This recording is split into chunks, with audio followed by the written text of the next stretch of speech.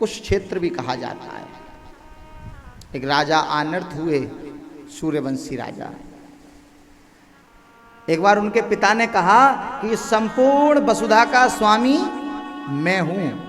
तो पुत्र ने कहा, पिताश्री वसुधा तो माँ होती है, उसके स्वामी कैसे हो सकते हो?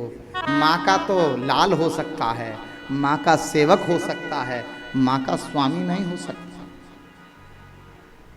भक्तों, कभी भी किसी संपत्ति को स्वामित्व नहीं दर्शाना चाहिए।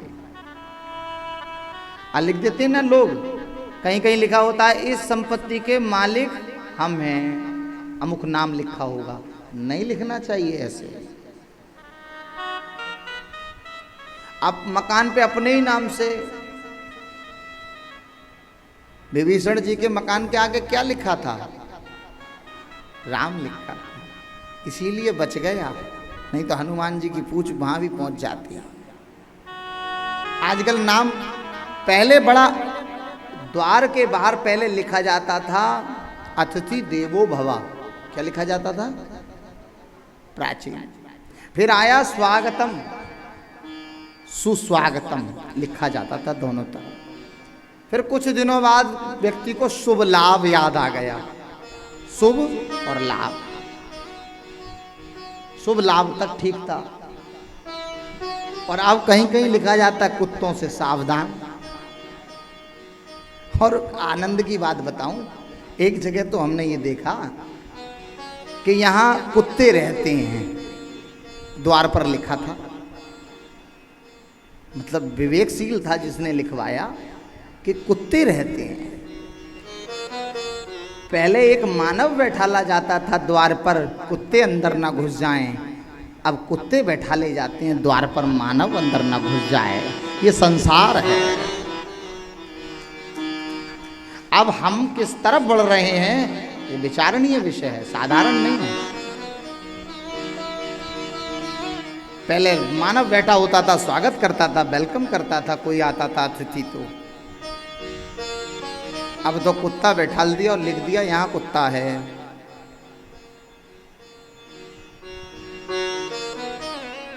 आनर्त जी ने अपने पिता से कहा, पिताजी इस संपूर्ण वसुधा के आप स्वामी नहीं हो सकते।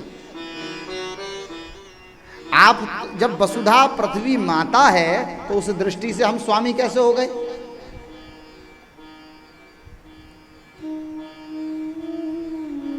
और वास्तविक बात बताऊं तो ब्राह्मण से प्राप्त वस्तु पर कभी स्वामित्व नहीं दिखाना चाहिए, ऐसा शास्त्र कहते हैं। पृथ्वी क्षत्रियों को किसने भेंट की? परशुराम जी ने। तो परशुराम जी ने क्या कहा? क्षत्रियों हम राजा नहीं बनेंगे, लेकिन राजा तो तुम ही बनोगे क्योंकि तुम में गुण धर्म है। लेकिन अब तुम इसके स्वामी नहीं हो। क्या हो? केयर टेकर हो, सेवक हो। तुम इस राज्य का पालन ऐसे करोगे, कैसे? जैसे सेवक। तो हमारे मोदी जी ने अपना प्रधान सेवक नाम रखा। मंत्री की जगह वो क्या? प्रधान सेवक, मुख्य सेवक, मुख्यमंत्री। तो आनर्त जी को राजा ने कहा कि तुम पुत्र हो और तुम पिता की अवहेलना करते हो, जाओ मेरे राज्य से निकल जाओ, जहां तक मेरा राज्य है उससे निकल जाओ। जब ऐसा कहा तो संपूर्ण पृथ्वी पर चक्रवर्ती सम्राट थे, तो कहां जाएं? तो पिता से कहा, पिताश्री मैं तप कर कर समुद्र से याचना करूंगा और अब मैं समुद्र में रहूंगा, क्योंकि पृथ्वी पर तो आपका राज्य है। तो पश्चिम में आ गए और यहाँ तप किया आनर्त जी ने। तब समुद्र ने स्थान छोड़ा। वो पावन स्थान जिस पर आप बैठे हैं वही द्वारिका है।